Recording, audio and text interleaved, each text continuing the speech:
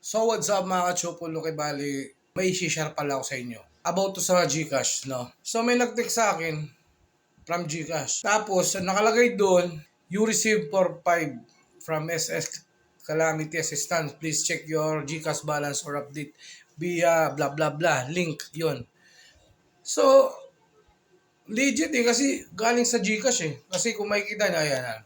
Kung makikita nyo mga chupulo yan, itong sa taas,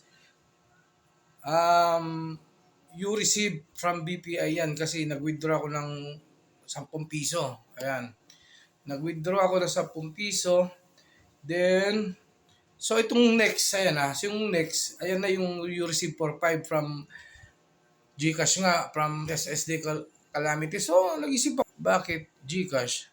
At isa pa, din ako ng kapatid ko. Yun, salamat sa kapatid ko kay Joy na, Kuya, baka may mag-text daw. Eh, syempre may family group kami. Ayun. Baka may mag-text daw na from Gcash, sa Gcash talaga na ganyan, DSWD daw, assistant, from SSS, bla bla bla. Sinabi to ni Joy, nakarang araw lang Yun nga, nag-text sa akin ngayon 2 beses. Ako, hindi ko siya binuksan kasi pag once na i-click nyo yung link na yan, automatic pupunta raw yun sa account mo, sa may Gcash. So, lilimasin lahat ng laman mo roon. So, hindi totoo yan. Scam yan. Mga fraud yan na nakakuha yung di ba, may mga OTTP. Siya hindi na OTP na yung OTTP. Hindi na ganoon. Direkta na sa Gcash mo pag click mo yung na yan. Sa Gcash mismo mo to. Basta makikita nyo, you receive 4-5 from SSS, ganyan. Huwag nyo na i-click, please lang. Ako nagsasabi sa inyo, maano kayo dyan, ma-scam.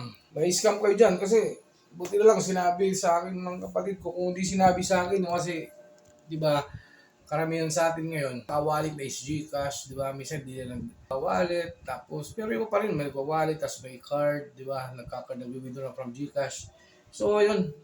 Yun lang yung sasabi ko sa inyo mga chupol, no? Kailangan mga gagalisto kayo. Pag mag-text na Gcash, naka-receive ka ng ganito, from Gcash, legit na Gcash talaga sa Gcash. So, kasi makikita yung mga transaction nyo. So, ibig sabihin, legit sa Gcash mismo. No, huwag niyong bubuksan mga chupol kasi scam yan. So, ayun na nga. Sana makatulong tong video sa inyo. Alam nyo naman, di ba mga chupol, mahirap ang buhay ngayon. Kaya dapat pangalaga natin yung maliit na katiting lang. Kahit yung malilit na katiting lang. Malilit lang. Pangalaga natin yung mga chupol. No? So, ayan. Sana makatulong. Yo, peace. Oh, wait lang. Kung di ka pa nakapalo sa Facebook at saka sa YouTube ko, ayan siya, oh. YouTube, Facebook, ayan. Follow nyo ako, subscribe. Peace!